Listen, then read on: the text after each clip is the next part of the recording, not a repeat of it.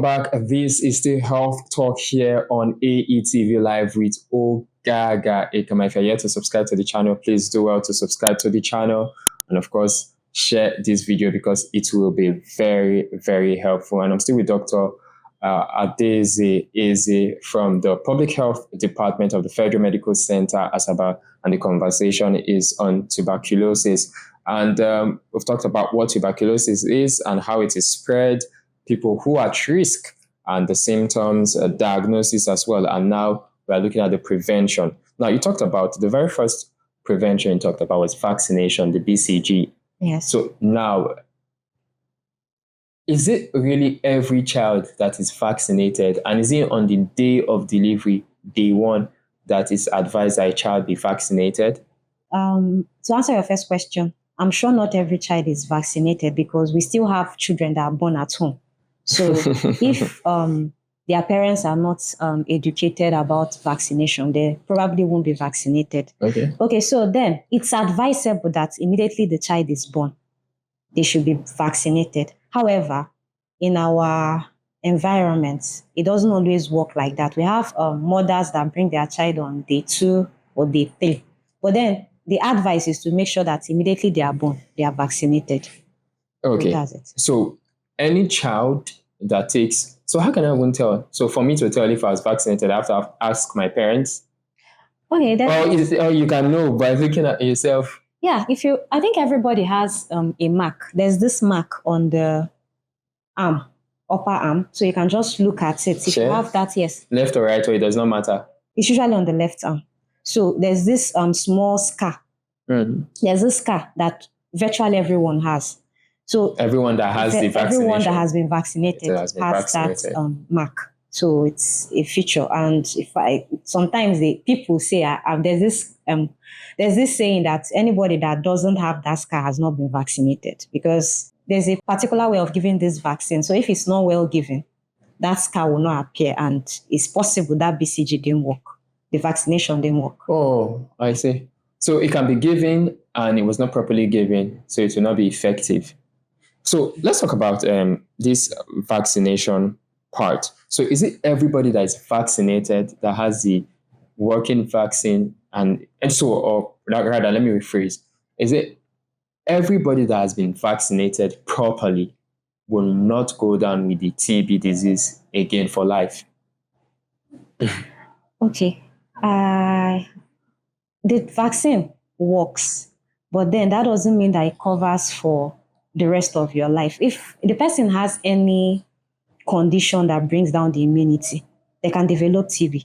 Oh. Yes, they can develop tuberculosis. So someone has been vaccinated as a child, but then eventually develops diabetes as an adult, and then is exposed to this bacteria. They can develop TB. Okay. So that's it. So you mentioned something that I've not pretty heard. I've heard the word etiquette, but never really heard cough etiquette. But you didn't tell us how to. You just told us cough into the handkerchief. So if you don't have a handkerchief, what's the proper etiquette? Okay. Can you demonstrate it? So maybe when you want to cough, it's important you cough. Like you want to cough, you cough into your elbow. Instead of just or if you want, not just coughing, even if you want to sneeze. So instead of just sneezing out, you can just sneeze into your elbow or cough into your elbow. And that's because it's not even advisable to sneeze into your palms, because if you cough into your palms, you can just come out and shake the next person. You can shake the next person who can end up, maybe you've coughed into your arm, you shake the next person, the person takes the bacteria, puts it into their nose, and then they can get infected. So, but people hardly touch their elbows, or other people don't touch other people's elbows. So that way that's a method of coughing that can reduce the spread of TB. Then another way is you can cough into your clothing. Like if you're wearing a shirt, you can cough into your clothes. That one it's a bit awkward, but then it's a method of, it doesn't look so good, but then it's still better than coughing out. Then another method is using the handkerchief. Usually it's preferable you use a disposable paper towel.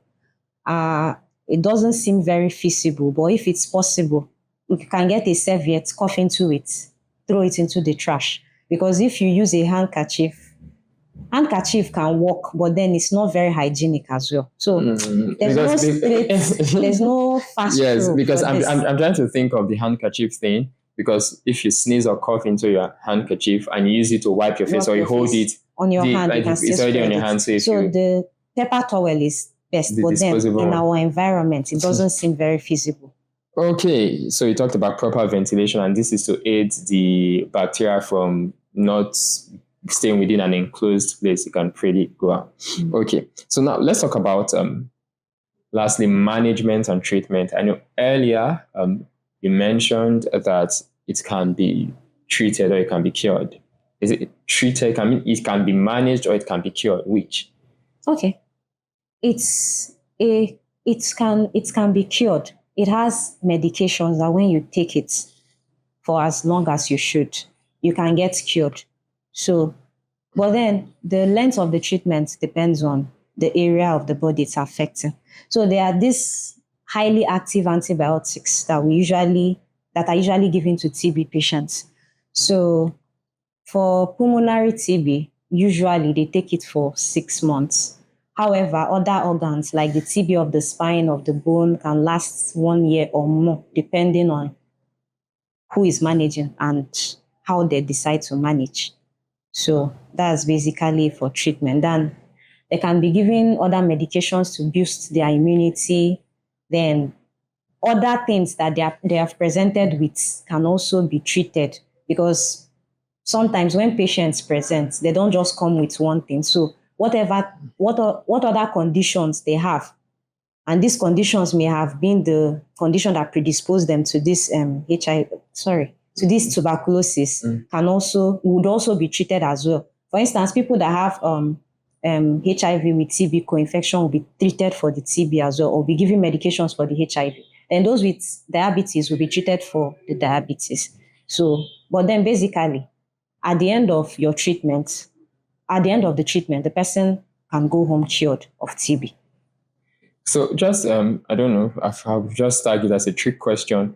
So from experience, your experience, which do you think occurs more, or doesn't really count? A patient that is down with HIV to contract TB, or a patient that is down with TB to contract HIV?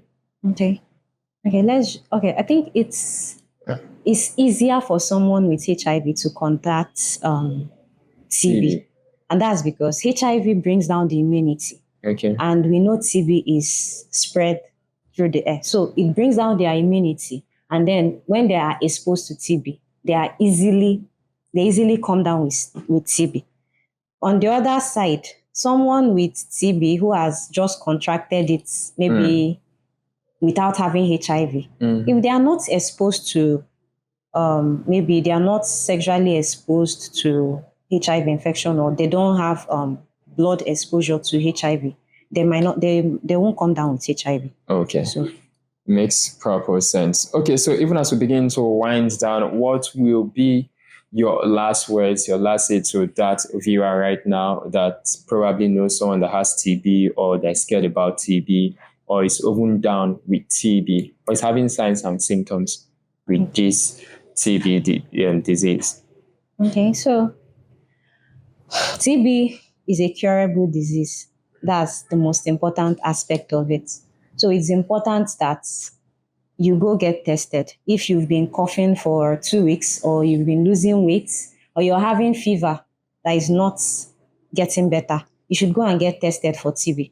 And then, like I said, it's a curable disease. So once you take your medications as properly as you should, you can get treated, you can get cured. Then one of the reasons why it's important to treat this TB is, it's in as much as it is curable, it can also lead to death. So it is a serious disease, but then it can be cured. So why don't you just go and get tested and treated if you have it? So I think that's easy. All right, thank you very much, Dr. Adeze Eze from the Public Health Department of the Federal Medical Center, Asaba, for sharing your knowledge and educating us on the subject matter, tuberculosis. Thank you. Okay, that's why we'll be putting the plug on today's episode of Health Talk here on AETV Live. Thank you so much for your time. Please, if you are yet to subscribe to this channel, do well to subscribe and turn on notifications so you'll always be notified whenever a new episode drops, and do well to share this video because it will be helpful to the next person. It is I, Ogaga Ekama, thanking you so much for your time.